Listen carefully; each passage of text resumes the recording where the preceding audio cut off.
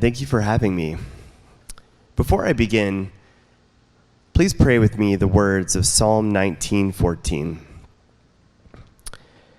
Father, may the words of my mouth and the meditation of my heart be pleasing in your sight, Lord. Amen. Hello, everyone. My name is Adam W. May, or as my friends call me, A-Dub. I am super stoked to be here with all of you today. I come from a lower middle class family born in the suburbs of Detroit, Michigan.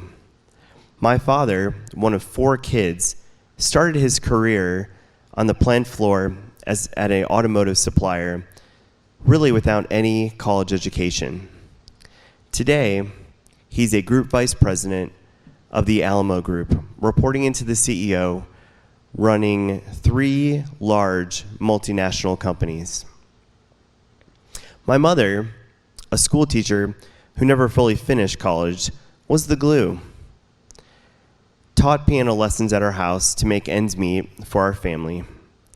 I spent a lot of time running up and down the stairs of the piano room in my underwear and a towel cape, trying to impress the girls. Probably to your shock, it didn't work out too well. I have an older sister, Sarah, who is married with 3 kids and lives in Michigan, and a younger brother who works in finance in Alabama.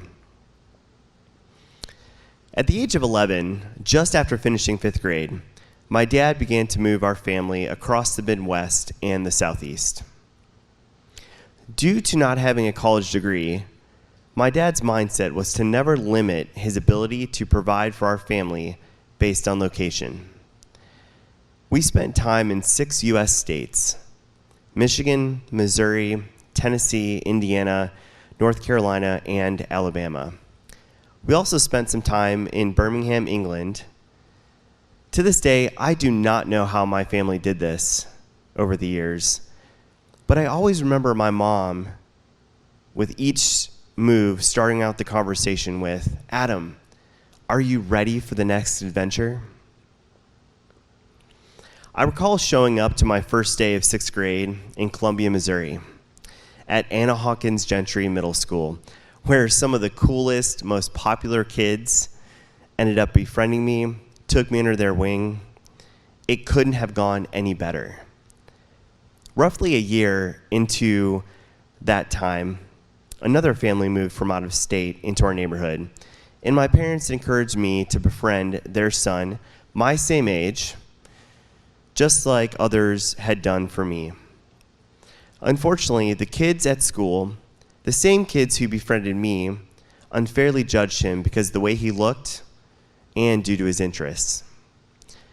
I, in turn, was thrown out of that very cool, popular kids group and pushed to the outside, all because I was associated with him and their judgments.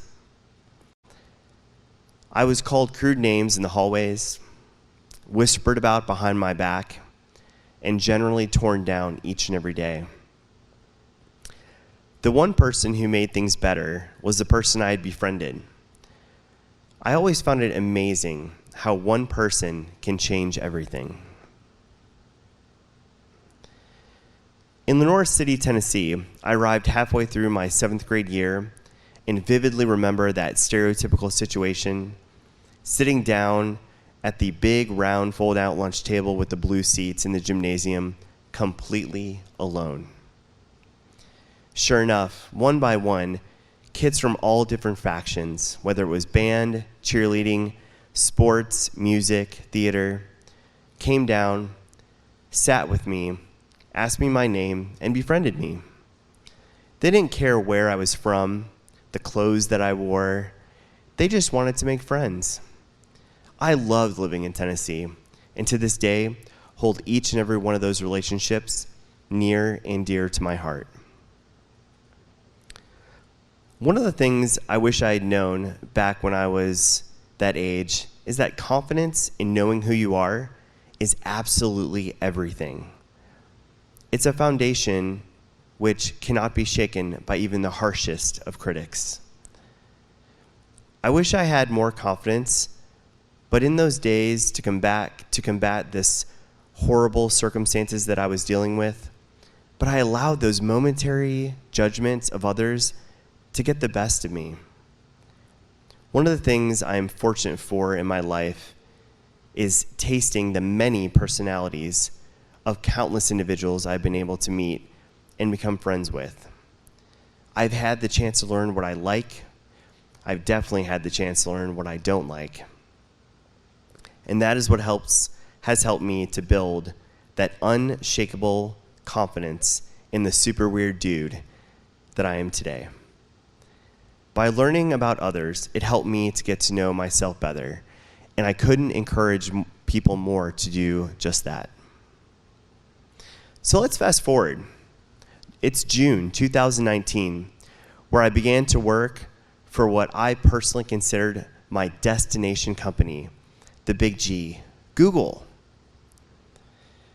Never in my life would I have imagined Google finding me, recruiting me, and ultimately moving my family all the way out to California, to the mothership. I've always had this surfer-style mentality and attitude, but living in California would have cemented many things I had been working on to achieve in my career throughout my life. It's safe to say that I learned, probably like many people, that Google is just another company, and California is just another state. Let me explain. Remember moments ago when I talked about knowing who you are is everything? Just as I had for years known who I was and carried myself with confidence, Google tested that from the very beginning. I began to get to know my teammates over a number of months to learn they were from Ivy League colleges, graduates from Yale, Brown, Harvard, Princeton, who were exceptionally creative in their respective fields. Listening to them speak, their genius at the intersection of intelligence and creativity, hearing about their accomplishments at Google and elsewhere, I began to wonder, why did Google need me? At Google, a little known fact, 76% of those hired from the outside of the company experience what we call imposter syndrome, or this idea that you've made it into Google, but you don't really belong at Google, and eventually someone is going to find out. It can last between 6 months to 18 months and can tear you down to your very foundation. I found myself going home exhausted, mentally and emotionally, wondering if this was the place for my family and I.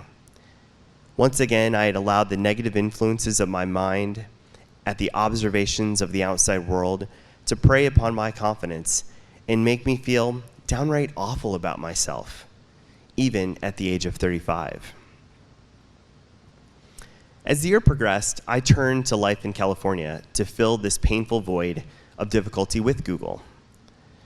I went out surfing, took my family on countless hikes, and of course, learned all about that local California culture. We had a small park that was built on the inside of our townhome complex, which lent itself to a lot of walks with my family and our very small dog, Pork Chop. We'd walk laps around the park every day, waving at people, trying to get to know our neighbors. But we found ourselves coming up a bit short. All I could think to myself was, but we're fun, nice people. We just want to be friends.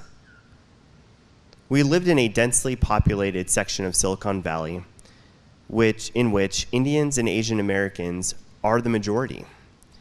After several discussions with my Google coworkers of Indian and Asian heritage, I learned that Indian and Asian culture can be very insulative on the West Coast. There's nothing wrong with that, of course, but I felt like I was in Columbia, Missouri again, pushed to the outside, this time with my family, who had moved all the way from the other side of the country along with me. With everything going on at Google, and now my disappointment with making friends, a flicker began to occur. My wife, being the resourceful one that she is, had been using an app called Keynote, which pairs moms and other moms, which have kids of the same age, to meet and become friends. My wife had met a friend on Keynote. They spent time with one another and became close. In turn, I had met her friend's husband. We also became close, having backgrounds of similarity between school and work. We spent a few holidays together, went to some fun wine tastings, and of course, our two boys shared their very first birthday together. These relationships strengthened, and I was able to let parts of my personality that had become dormant due to my experience at Google in our neighborhood come back out. My laugh came back, and slowly but surely my confidence began to return. I found myself looking back on who I was and what had gotten me there. I remembered I am that goofy guy who simply likes to serve other people, pulling out the best of people from their shells just for a quick smile. These friends, now considered family, took us in and really helped put the pieces back together for us. They allowed me to be who I am without reservation or judgment. When you find people like that, or maybe in this case, God ushered in amazing people into our life, hold on to those relationships and replicate that love among others. Today feels like Google at Adam May versus Adam May at Google. I found myself in areas at work and with my own team that may not be the most lustrous in terms of work outcomes, but takes some of the best parts of myself and creates a welcoming family environment that is more inclusive of people's unique contributions to our group and to our organization. In some sense, I have this passion around helping to break the cycle of imposter syndrome through small working group communities, inclusive activities, and pushing each day to find Googlers, or we call them Nooglers, to help them feel they're valued. We often talk about 20% projects at Google, areas which don't really relate to our jobs, but we're given time to work on our own pace. I think crushing this idea of imposter syndrome could be my 20% project throughout my time at Google. If I can help make one person not feel the way that I did, I'll take that as a win. In terms of California, well, we moved back to Atlanta. As the pandemic took shape there, along with wildfires and restrictions, my family and I decided we needed the support of family, and it would make the most sense to ride out the pandemic with them within a short drive's distance. It was tough leaving, considering the close friends that we had made over such a short period of time, but we also agreed that it was for our own health benefit, both mental and physical. It would be the best outcome to be back in Georgia with a supportive family playing that key role. You know, daily, I look back at those events that have transpired over the past year, acknowledging a global pandemic played a pretty significant role, and feel this sense of failure. It weighs on me. However, I know in the deepest parts of my heart, I had to do it. I had to go to California, experience adversity at Google, and grow. God most certainly called us there, as the runway was so beautifully paved for us from the very beginning.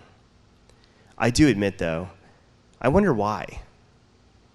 I'll likely never be able to answer that question. When you are amid such circumstances, it can be deeply disheartening. But when you come out the other side, it is easier to talk about. Probably one of the most important things that I've learned in my life as you go through these challenges is it is okay not to be okay. It's okay to show vulnerability even in the most difficult of challenges and circumstances. It's okay not to have the super filtered Instagram life. It's okay to reach out to friends and ask for help and guidance. There is this weird romanticism about leadership these days that breeds this narrative of perfection over your career and life. It's important that we don't buy into this, to allow ourselves to believe this idea, because it is simply false. In my personal life, I do a lot of wakeboarding, whether it's behind the boat or at a local cable park. When you're attempting a new trick and you can't quite seem to nail it down over an extended period of time, we call it a battle. Battles in wakeboarding often lead to injury, harsh mental self-criticisms of your ability, questioning why you are doing this in the first place. When you battle, you find yourself in some of the darkest, self-secluded places of your very own mind. When you battle, you begin to ask friends for trick advice. When you battle, you fight for the person who knows you can do it. When you battle, your friends make you laugh and believe that you can do it. When you battle, you find yourself. Most importantly, though, when you battle, sometimes you don't land that new trick. You walk away, maybe try something else, and that's okay. You may come back to it later, or you may not. Other times, you land that trick, pumping your fist in the air as you sail away in the water. There are a lot of battles playing out in front of us to this very day. Whether it's a global pandemic, continued racial injustice, youth suicide rates that continue to rise, mental health and well-being, or just general divisiveness amongst individuals. As you approach people in your life, whether today, after listening to this talk, or years down the road, you never really know the battles others have faced or are facing at different points in their lives. The one thing I have learned, whether it is in making new friends in Missouri, sitting alone at a lunch table in Tennessee, at Google, or with my neighbors in California, one person's kindness can change your day for the better. Be a voice of kindness. Be a voice of positivity when the conversation turns negative. Meet people with kindness every day, even on those difficult days. I want to make something very clear. Your kindness could be what helps someone simply get through the day, or it could even save a life. Thank you for having me.